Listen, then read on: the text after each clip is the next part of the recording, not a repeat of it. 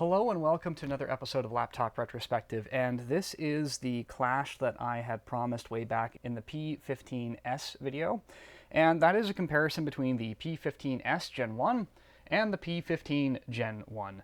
And as you can tell already, there are some massive visual differences between these two units.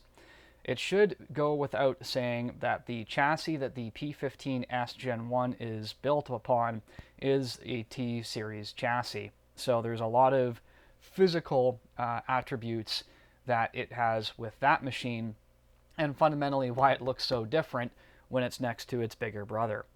One of the immediate contrasts that you have, other than the Lenovo badging on the P15, is the external hinges, which harken back to the Workstation days of yesteryear and the older T-series that have these external hinges that kind of protruded, whereas the P15s follows kind of the newer style where the hinge is underneath.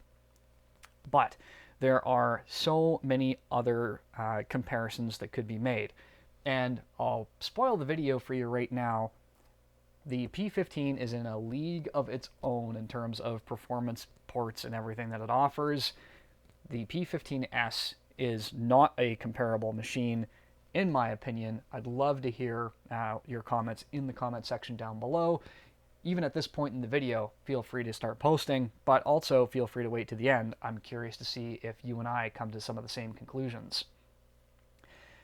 It can't be argued that the P15s is considerably lighter and thinner, and if that's what matters to you, then this would probably be a machine you'd be interested in, but then again, you might be interested in the T15 as well.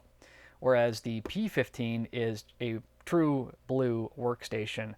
And let's go ahead and put one on top of the other and even just look at the comparison of ports.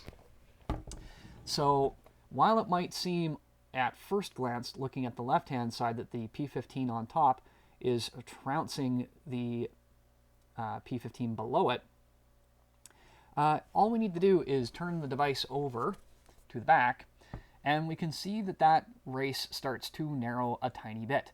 We have quite a few Thunderbolt and USB Type-C ports on the P15 that the P15s does not have. And then if we take a look at the other side, we can see perhaps a bit more of a fair fight, but not by much. For example, the P15 has a full-size card slot reader, whereas the P15s only has the micro SD card slot reader, considerably less useful. In terms of the actual footprint of both of these machines, there is negligible difference. We're talking about millimeters on either side, but the thickness, of course, is significantly different. The configurations, and you can dive into my P15s video for more on that, are not very many. However, the P15 has a considerably wider amount of configurations and also upgradability. 48 gigs of RAM in this, 128 in that, up to Xeon Core processors in this one. i7 is as high as you can go in this one. This one currently has an i9 set up with a dedicated GPU that is hot swappable. This only has one dedicated GPU option, and it is soldered to the board if you even have it. A lot of the stuff that is optional in the P15s comes standard on the P15. So the one thing that I do want to make clear is that the P series, the regular with no S on it, is head and shoulders the better machine in pretty much every conceivable way.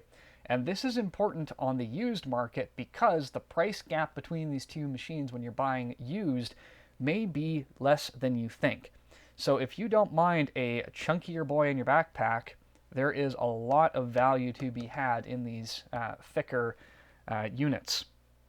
In fact, depending on where you look, the P15 may only be about 100 Canadian dollars equivalent greater than the P15s.